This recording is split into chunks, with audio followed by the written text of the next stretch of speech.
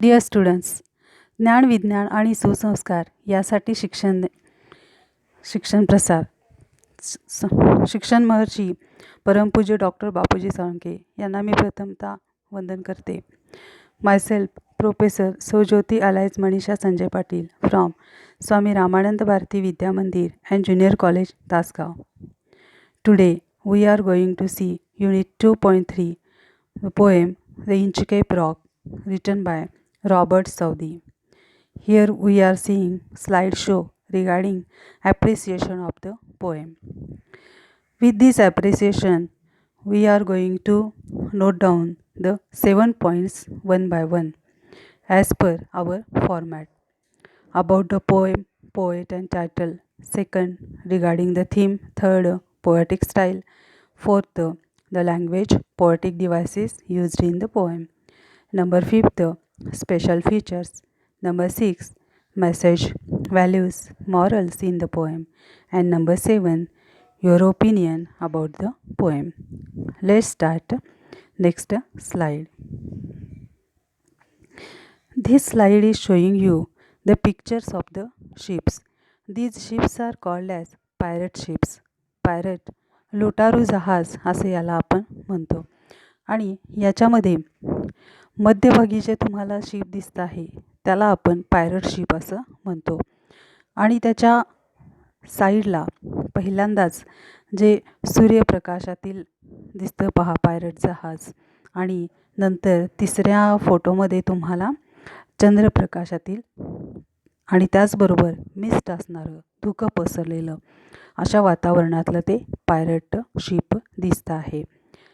आपल्या कवितेमध्ये 2 प्रकारचे वातावरण आहेत. एक, ज्यावेळी मॉर्निंगला शिप आपल्या प्रवासासाठी निघतं आणि रात्रीच्या काळोखामध्ये ते परतत असतं, त्यावेळेला या स्वरूपामध्ये मिस्ट धुकं पसरलेलं असतं आणि त्याच्यातून काय घटना होते ते आपल्या कवितेमध्ये चित्रित केलेलं आहे. We are going to see it now. Let's see the next slide. This slide is about the poem, poet and the title. The Inchcape Rock is a legend, a reef which is situated in the North Sea. Inchcape rock ही एक खडकांची मालिका आहे आणि Angus, Scotland इथल्या किनारी प्रदेशापासून काही अंतरावरती ही खडकांची मालिका आहे. The poem is based on the series of events that took place around the dangerous rocks of the east coast of Scotland. ही खडकांची मालिका अगदी धोकादायक अशा प्रकारची आहे, जे जहाजातून प्रवास करतात आणि रात्रीच्या काळोखामध्ये प्रवास करत असतात त्यावेळेला त्यांना त्या खडकांचा त्रास त्या प्रवासामध्ये होतो. बऱ्याच प्रकारचे अपघात तिथं घडतात, दुर्घटना घडतात. त्यावरती आधारित ही कविता आहे. The poet Robert Southey was a poet laureate of England from 1813 to 1843. 1813 ते 1843 या कालखंडातील कवी Robert Saudi. Some of his short poems, The Scholar, Battle of Blenheim, Bishop Hatto, The Inchcape Rock. These are very popular with the school children. जेव्हा शालेय विद्यार्थी यांचा अभ्यास करतात तेव्हा या कविता त्यांच्या मनावरती एक प्रकारचा पगडा निर्माण करतात आणि आपण विद्यार्थी भाग्यवान आहात की आपल्याला द इंचकेप रॉक ही कविता अभ्यासायला मिळते आहे. Let's see next. The theme of the poem. कवितेचा आशय नेमका कोणत्या स्वरूपात आहे? This poem is based on legendary story of pirate who removed the bell on the Inchcape Rock placed by Abbot of Aberbrothock. Pirate, ज्याला समुद्री चाचेगिरी करणारा लुटारू असं म्हटलं जातं, आणि राल्फ या नावाची ती व्यक्ती होती. त्यांनी या इंचकेप रॉक या परिसरामध्ये ॲबॉट याचा अर्थ मठाधिपती आणि ॲबे म्हणजे मठ. ॲबरब्रॉथॉक यांना सगळेजण ॲबॉट अशी उपाधी देत होते, मठाधिपती असं म्हणत होते, कारण ॲबरब्रॉथॉक यांनी त्या इंचकेप रॉकवरती एक बेल, घंटा बसवलेली होती, जेणेकरून जाणाऱ्या येणाऱ्या खलाशांना तिथं ती खडकाळ मालिका सुरू होते इंचके प्रॉगची याची जाणीव व्हावी आणि दुर्घटना टाळावी यासाठी बरेचसे अपघात टाळले गेले आणि त्याच्यामुळं ॲबरब्रथॉक यांना ॲबॉट असं संबोधन प्राप्त झालं. The poem gives us the message that those who do wrong things will meet with due punishment. It means as you sow shall you reap. आपण जसं पेरतो तसं उगवतं असं आपण म्हणतो. त्या म्हणीप्रमाणे या कवितेतील घटनाक्रम आपल्याला दिसतो. The sea parrot. Ralph felt jealous of the abbot's popularity, so he cut off the rope of the bell. While returning, the weather was getting worse. At last, the ship collided with the Inchcape Rock and drowned along with all his sailors. So, remember, look before you leap. या कवितेतील pirate असणारे Ralph लुटारू समुद्री चाचा, ज्याचं नाव Ralph आहे, तो या ॲबॉटबद्दल म्हणजे ॲबरब्रथॉकबद्दल आपल्या मनामध्ये प्रचंड असा मत्सर द्वेष निर्माण केलेला असतो. कारण असं की आपण खूप संपत्ती मिळवली, लूटमार केली त्याच्या माध्यमातून आणि आपल्याला सगळ्यांनी जय जयकार करावा, आपल्या नावाचा जयघोष व्हावा असं त्याला वाटतं आणि त्या जेलसीमधून तो काय करतो तर ॲबरब्रथॉक यांनी तिथं बांधलेली ती घंटा आपण कापून टाकावी असं त्याला वाटतं आणि म्हणून त्या घंटेला बांधलेला दोरखंड तो कापतो. पण त्याचा परिणाम त्याच्यावरच होतो आणि शेवटी तो स्वतःच समुद्रामध्ये जलसमाधी घेतो. म्हणून कोणतीही गोष्ट करताना आधी विचारपूर्वक केली पाहिजे, नंतर पश्चाताप करण्यात काही अर्थ राहत नाही आणि याला आपण टीट फॉर टॅट म्हणतो. जशास तसे अशा प्रकारचा न्याय आपल्याला मिळत असतो. पोएटिक स्टाईल ही नेक्स्ट स्लाईड आहे. यामध्ये कवींनी कोणत्या प्रकारची भाषाशैली वापरलेली आहे ते पहा. The Inchcape rock is a ballad. Ballad it is a song that tells a story. It is dramatic. It is narrative poem. ही कविता कथनात्मक स्वरूपातील आहे. बॅलड आहे, त्याला पोवाडा असं आपण म्हणतो. त्या प्रमाणात इथं ॲबरब्रथॉक यांच्याविषयीचा पोवाडा आहे आणि राल्फ याने केलेल्या चुकीच्या गोष्टीचा त्याला होणारा पश्चाताप पण ज्याचा काहीच उपयोग होत नाही अशा स्वरूपात ही कविता एक स्टोरी कथा आपल्याला सांगून जाते आणि नाट्यपूर्ण ड्रॅमॅटिक अशी ही कविता आहे. There is highly stylized mode of narration. The technique of repetition with variation may play an important part in it. It is full of poetic devices. या कवितेमध्ये विशिष्ट अशा प्रकारचे तंत्र वापरलेलं आहे ज्यात रिपिटिशन पुनरावृत्ती पुन्हा पुन्हा आपल्याला दिसून येईल आणि बऱ्याच प्रकारचे अलंकार या कवितेमध्ये आपल्याला आढळून येतील.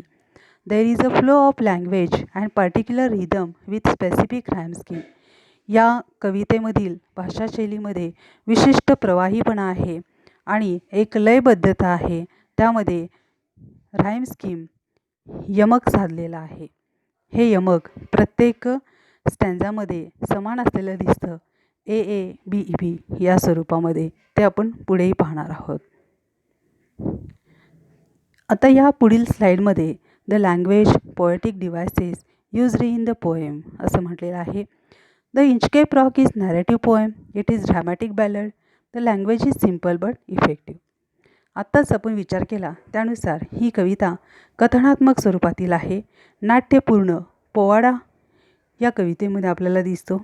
तसंच या कवितेची भाषा ही अधिक साधी सोपी तुम्हाला वाचल्यानंतर समजण्यासारखी अशी आहे आणि परिणामकारक अशी भाषाशैली वापरलेली आहे. There are various types of poetic devices. विविध प्रकारचे अलंकार यामध्ये येतात. Repetition, alliteration, personification, antithesis, anti climax, climax, inversion, simile, metaphor, apostrophe, exclamation, onomatopoeia, transferred epithet and interrogation. इथं फक्त नावं मेन्शन केलेले आहेत. याच्याबद्दलची डिटेल माहिती आपण पुढच्या एका व्हिडिओमध्ये घेणार आहोत. The poem has a rhythm and specific rhyme scheme. Just मगाच्या स्लाईडमध्ये पण हा उल्लेख आपण ऐकलेला आहे. पुढील स्लाईडमध्ये स्पेशल फीचर्स आपल्याला दर्शवलेले आहेत. Inchcape rock is long narrative dramatic ballad. हे पूर्णतः लक्षात घ्या. लॉंग नॅरेटिव्ह ड्रामॅटिक बॅलड हे पाठच करून ठेवा. It is full of different kinds of poetic devices. There are 17 stanzas of 4 lines each. There are 68 lines in total. एक प्रदीर्घ अशी ही कविता आहे. 17 स्टँजाज चरण यामध्ये आहेत. प्रत्येकी 4 ओळी आहेत. त्यामुळं 17 गुणिले 4 म्हणजे 68 68 ओळींची ही कविता आहे. It is rhythmic poem with specific rhyme scheme A-A-B-B in each stanza. प्रत्येक स्टँजामध्ये तुम्हाला एकाच प्रकारचं यमक साधलेलं दिसतं A-A-B-B. त्यामुळं पहिल्या 2 ओळींमध्ये यमक आहे आणि तिसऱ्या 4थ्या ओळीमध्ये यमक आहे असं दिसून येईल.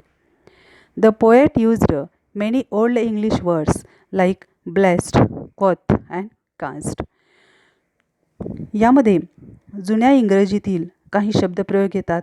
ब्लेस्ड, त्याला आपण ब्लेस्ड म्हणतो. क्वॉथ म्हणजे सेड आणि कास्ट म्हणजे कांट. त्यानंतर या 6 नंबरमध्ये पॉईंट आहे message, values, morals in the poem. कवितेतला संदेश कोणता आहे? त्यात मॉरॅलिटी, नेमकं नीतिमत्ता कोणती आहे किंवा त्यात मूल्य कोणती दडलेली आहेत. The poem begins with spring metaphor for the pleasant mood with a calm sea, still air and a ship in quiet water. Repetition emphasises the gladness in the heart. कवितेच्या सुरुवातीला आनंददायक अशा प्रकारचं वातावरण दिलेलं आहे. मेटाफर, रिपिटेशन यांचा वापर आपल्याला दिसून येतो. समुद्र शांत आहे, लाटा उसळत नाही आहेत आणि संतपणे जहाज त्यातून जलप्रवास करत आहे असं चित्रण सुरुवातीला येतं. The mood changes from mischief to wickedness. परंतु राल्प न केलेल्या कृत्यामुळं काय होतं, एक खोडी करावी म्हणून तो करतो, पण त्याच्यात पूर्ण दुष्टपणा आपल्याला जाणवून येतो. When the mist blocks the sun making the story gloomy and suspenseful. आता यात मिस्ट धुकं पसरतं आणि धुकं पसरल्यानंतर सूर्यही झाकला जातो आणि काळोखामध्ये पुन्हा प्रवास करणंही अवघड जातं. The night fall shows the dark situation for the ship and its sailors. They finally meet a violent end. रात्रीच्या त्या दाट काळोखामध्ये त्या जहाजावरील असणारे खलाशी यांना काहीही दिसू शकत नाही. पूर्ण धुक्यानं वेढले जातात आणि बेल नसल्यामुळं पुन्हा त्यांच्यासाठी दुर्घटना ही समोर येऊन ठेपते आणि त्यांचा शेवट अतिशय वाईट होतो. This poem is didactic one with a clear message that when we try to trouble others, trouble first comes to the door. नेहमी लक्षात घ्यायचे की आपण जे कृत्य करतो त्याचा परिणाम त्याच पद्धतीने आपल्याकडे येत असतो. जर आपण इतरांना त्रास देण्याचा प्रयत्न केला तर त्याच्या दुपटीनं त्रास आपल्याला स्वतःला होतो. म्हणजेच जो डुअर असतो, ज्यानं ते कृत्य केलेलं असतं, त्याला त्याचा त्रास होतो. हे नेहमी लक्षात घ्यायचं. म्हणजे इथं बुमरँगसारखं होतं. आपण जे करतो तेच पुन्हा आपल्याला भोगावं लागतं. It means pride goes before a fall. The story has a moral and useful even in this times. एकंदरीत आपण जो अहंकार किंवा अभिमान बाळगतो तो आपल्या मृत्यूबरोबरच निघून जातो. हे तर वास्तव सत्य आहे आणि मृत्यू हा अटळ आहे. हे सत्यही आपल्याला ह्या कवितेतून दिसतं आणि या कवितेत दिलेलं हे जे कथानक आहे त्याच्यातील हे मॉरल किंवा हा बोध आपल्याला कायमस्वरूपी आयुष्यभर लक्षात ठेवण्यासारखा असा संदेश देऊन जातो.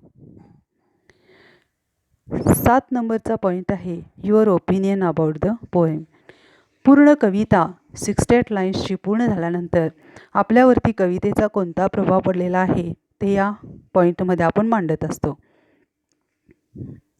आता इथं माझं मत काय ते मी मांडलेलं आहे. तुमची मतं भिन्न असू शकतील. तुमच्यावरती कवितेचा कोणता इफेक्ट झाला तो तुमच्या भाषेत तुम्ही मांडू शकता. According to me, The Inchcape Rock is a very effective poem. It is dramatic narrative ballad. This poem expresses the message that look before you leap.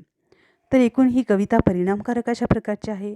नाट्यपूर्ण, कथनात्मक, पोवाडा स्वरूपातील आहे आणि या कवितेतला जो संदेश आहे तो म्हणजे आपण कोणतंही कृत्य करण्यापूर्वी विचार केला पाहिजे. विचारांतीच आपण आपलं पाऊल उचललं पाहिजे. एकदा आपण भात्यातून बाण काढला आणि तो सोडला की पुन्हा आपल्याला परत घेता येत नाही. तसंच प्रत्येक कृत्याच्या बाबतीत असतं, हे लक्षात घ्या. It's a rhythmic poem with special rhyme scheme. ही कविता लयबद्ध आहे आणि या कवितेमध्ये विशिष्ट अशा प्रकारची यमकरचना आहे. In the beginning, the mood is happy and light-hearted. The dramatic end is violent and filled with despair. या कवितेच्या सुरुवातीमध्ये आणि शेवटामध्ये तफावत आपल्याला दिसते. सुरुवातीला यामध्ये आनंददायक वातावरण आहे आणि याच्यात शेवटी निराशेनं आपलं मन ग्रासलं जातं, कारण शेवट अगदी दयनीय होतो राल्फ आणि बाकीच्या खलाशांचा. The moral of the poem is very useful. The poem makes us thoughtful. एकूण कवितेतला बोध हा आपल्याला उपयुक्त ठरणारा आहे आणि ही कविता आपल्याला विचारात पाडते आणि आपण आयुष्यभर या गोष्टींचा पाठपुरावा केला पाहिजे हे आपल्या लक्षात येतं. या प्रकारचा संदेश देणारी ही कविता आहे. Thank you all.